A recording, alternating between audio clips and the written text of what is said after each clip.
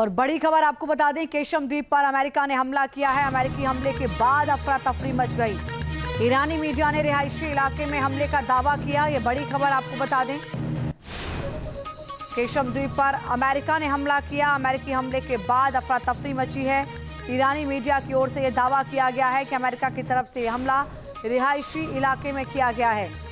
Iran पर लगातार US के हमले जारी हैं। थोड़ी देर पहले हिमार्स मिसाइल से अटैक किया गया है ईरान पर। ये बड़ी खबर आपको बता दें, ट्रंप ने जब ये कहा कि ईरान तो हमला कर चुका, अब हमारी बारी है, उसके बाद ईरान पर जो हमलों की लहर है वो बढ़ा दी गई है। मिडिल ईस्ट के उन तमाम देशों में जो एयरबेस हैं अमेरिका के, उनका इस्तेमाल करते हुए। Colonel TP Tyagi ji, retired defence expert, इस वक्त मेरे साथ जुड़े हैं। सर, बहुत स्वागत आपका। त्यागी सर, अभी जो हमले बंद किए गए थे अमेरिका की ओर से, उसके बाद कुछ इस तरीके की संभावनाओं को बल मिला कि शायद कूटनीति के रास्ते पर फिर से दोनों देश आएं और टेबल पर बातचीत होने के साथ कोई रास्ता निकले। लेकिन जिस तरीके से अब पूरी आक्रामकता के साथ हमले किए जा रहे हैं, अमेरिका की तरफ से ईरान कह रहा है कि रिहायशी इलाकों को टारगेट किया जा रहा है, ये क्या दर्शा रहा है सर?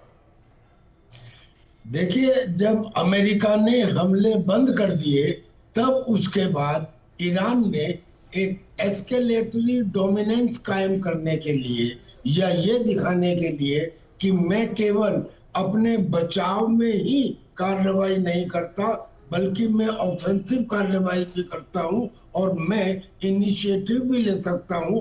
लिहाजा उसने जॉर्डन में हमले किए। जॉर्डन में उसने 5 बैलिस्टिक मिसाइल दागी। वो तो अलग बात है कि वो सभी इंटरसेप्ट कर ली गई, लेकिन उसके बदले में फिर अमेरिका ने कहा कि अब हमारी बारी है, अब हम आपके ऊपर अटैक करेंगे। अब उन्होंने अटैक एक जगह नहीं, कई जगह। एक तो अमेरिका और सऊदी अरबिया ने मिलकर ईरान समर्थित जो विद्रोही ग्रुप्स हैं इराक में, उनके ऊपर हमला किया। और इधर अमेरिका ने जो सदर्न ईरान का हिस्सा है, या यूं समझिए कि वो कोस्टल एरिया जहां से ईरान को ताकत मिलती है स्ट्रेट ऑफ हॉर्मुज को कंट्रोल करने की, उसको वीक किया जा रहा है लगातार। ऐसे ही जो केशम आइलैंड है, ये स्ट्रेट ऑफ हॉर्मुज के मुहाने पर है, प्रवेश पर है। लिहाजा इसके ऊपर पहले भी हमले किए जा चुके हैं, अब भी हमले किए हैं। और केशम आइलैंड जैसे के ऊपर बार बार हमले इस बात का संकेत देते हैं कि कहीं अमेरिका ग्राउंड ऑपरेशंस करने की तैयारी तो नहीं कर रहा। क्योंकि बिल्कुल सर, क्योंकि ये माना जा रहा था कि जब हमले बंद किए तो क्या एक कदम पीछे और छलांग लगाने के लिए अमेरिका ने एक कदम पीछे हटाया है। मैं लौटूंगी सर, आपके पास एक बड़ी खबर आ रही है। ईरानी शहर आबादान में भी हमले हुए हैं। अमेरिकी हमले के बाद इस शहर में भीषण आग लगी है। दूर तक दिखे हैं धुएं के गुब्बार और आग की लपटें। ये बड़ी खबर इस वक्त आपको बता दें कि इन बातों को बल मिल रहा है कि क्या ग्राउंड ऑपरेशन की तैयारी अमेरिका कर रहा है। जब अमेरिका ने बिना किसी घोषणा के, बिना किसी सीज फायर के हमले बंद किए, तो ये आशंकाएं बढ़ गई थी कि क्या एक कदम पीछे अमेरिका इसलिए हटा रहा है कि वो आने वाले वक्त में एक बड़ी छलांग लगाना चाहता है ईरान के खिलाफ। बिल्कुल सही कह रही हैं आप। जब से ये युद्ध शुरू हुआ है, इसका पैटर्न कुछ इस तरह का है कि अमेरिका कहता है ईरान से, अब भी मान जाओ, अब भी मान जाओ। यानी कि इंटरनेशनल कम्युनिटी इस बात को देख रही है कि अमेरिका काम कर रहा है स्ट्रेट ऑफ हॉर्मुज को खुलवाने के लिए, और ईरान काम कर रहा है स्ट्रेट ऑफ हॉर्मुज को बंद करने के लिए और उसके ऊपर कंट्रोल करने के लिए। ईरान ने ओमान की बात भी नहीं मानी, अमेरिका की बात भी नहीं मानी।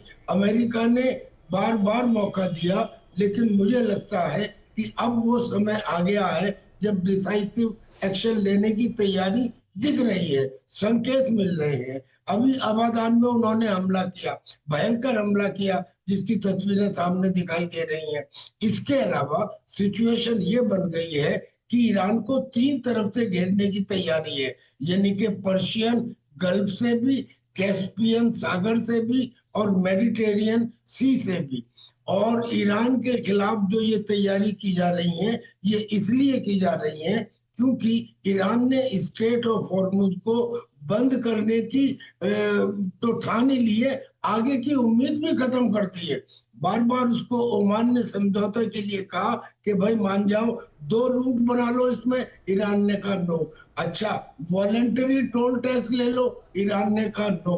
यानी कि कोई कंडीशन नजर नहीं आती, ईरान अपना सिंगुलर क्या और सर इसमें ये यूनिटरी। भी माना जाए टीपी त्यागी सर कि जी जी ईरान की जो मांग थी उसको और ज्यादा बल अमेरिका ने ही दिया? जब ट्रंप ये कहते हैं कि हम 20% टोल लेंगे या जो भी टैक्स लेंगे जो हम लोगों को सुरक्षा यहाँ से मुहैया करा रहे हैं, तो इससे तो और ईरान के उस बात को बल मिला। वो कह रहा था बिल्कुल ठीक है, लेकिन 20% ज्यादा है, उसने तंज कसा।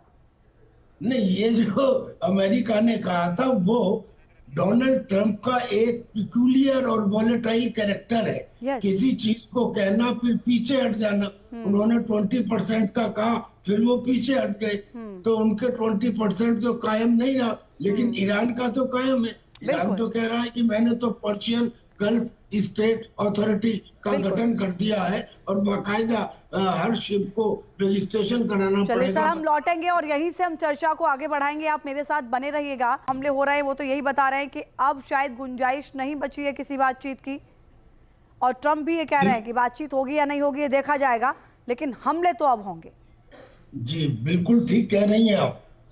ट्रंप ने ये अनाउंस कर दिया था कि हम पिक एक्स माउंटेन, यानी कि जहां पे उसका एनरिच यूरेनियम रखा है उसके ऊपर हमला करेंगे। उसने ये भी कर दिया कि जो सदर्न ईरान है, जो कोस्टल एरिया है, जहां से ईरान को ताकत मिलती है स्ट्रेट ऑफ हॉर्मुज को कंट्रोल करने की, वहां पे केशव आइलैंड के ऊपर उन्होंने हमले किए।